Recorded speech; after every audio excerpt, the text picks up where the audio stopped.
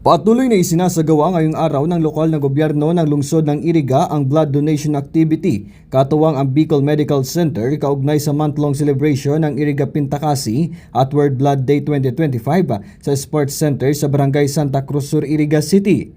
Nagsimula ang programa kaninang alas 8 ng umaga hanggang alas 2 ng hapon at inaasahan na abot sa mahigit 500 ng mga LGU employees ang makikiisa sa blood donation activity. Dahil base sa naging free listing ng City Health Office, nasa 541 ang nakalista.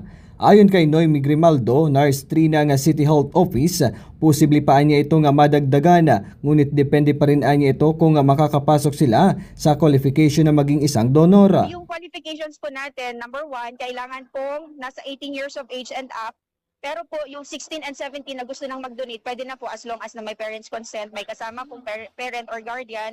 Secondly po, dapat po ay nasa 50 kilograms and up ang timbang.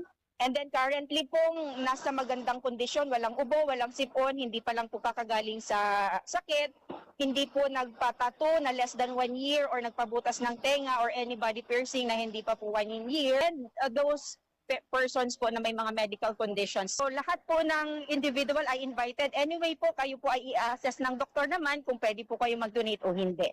Samantala, patuloy pa rin hinihikayat ang mga Irigenyo na makiisa sa naturang programa.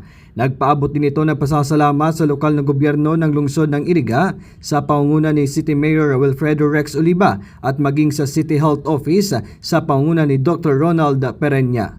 Para sa 96.7 Rinconada News FM, ito si Melcher Bungulto, nagbabalita ng tapat, naglilingkod ng sapat.